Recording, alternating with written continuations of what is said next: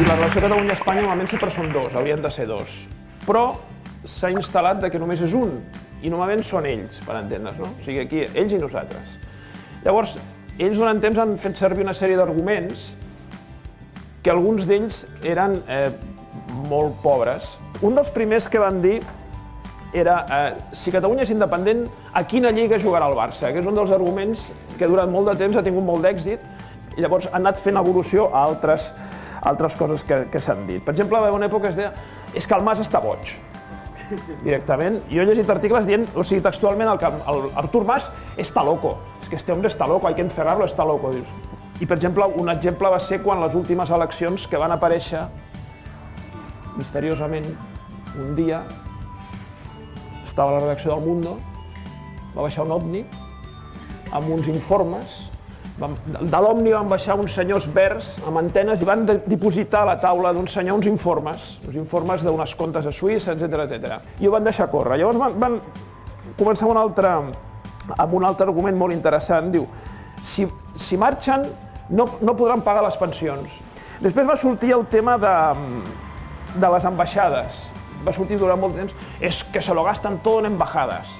Llavors, jo vaig estar buscant el pressupost d'aquest any és 2,2 milions d'euros en ambaixades. Bueno, això es pot discutir, no?, de si és molt o és poc. Però llavors també he recollit cost d'algunes de les ambaixades espanyoles per veure aviam fer una petita comparativa, no? Per exemple, l'ambaixada a Tòquio, construir l'ambaixada va costar 18 milions d'euros. He dit 18 milions d'euros, o sigui, ho he sentit bé. Jo, a vegades no se m'entén bé, però sí, 18.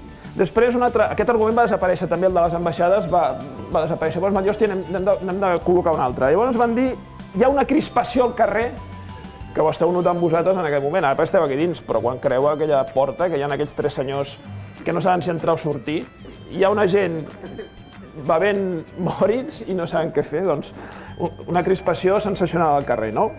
Un altre argument que també es desmunta sol, diu els mitjans subvencionats, diu els mitjans de comunicació catalans, diu estan absolutament subvencionats tots i tots tenen un pensament únic i tal. Hòstia, agafes la premsa de Madrid i des que el País és del Banc de Santander, ara sí que ja tots estan a la mateixa d'allò.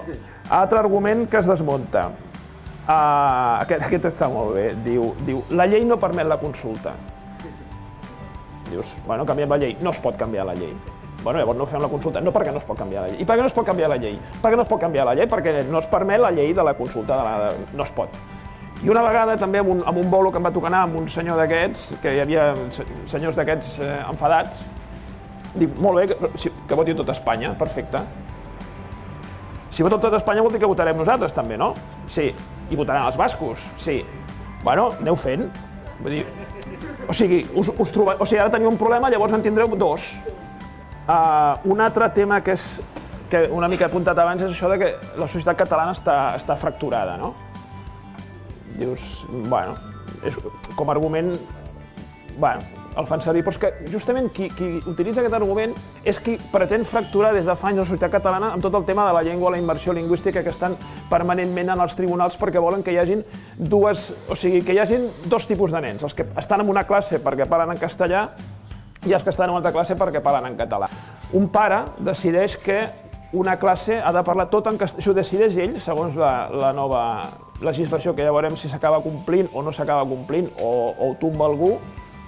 Jo, si vull tocar els nassos, perquè a més comences a mirar qui són els que provoquen això, i un és advocat de l'Estat, l'altre és no sé què, dius, bueno, ja no és tot innocent. Quan algú us digui no, és que aquí s'obliga tothom a parlar català i la gent que parla en castellà està absolutament marginada i aquestes coses absolutament estranyes que acostumen a utilitzar com a argument, dieu això, doncs que en aquest moment hi ha un 63,7% de catalans que utilitza com a llengua habitual el castellà.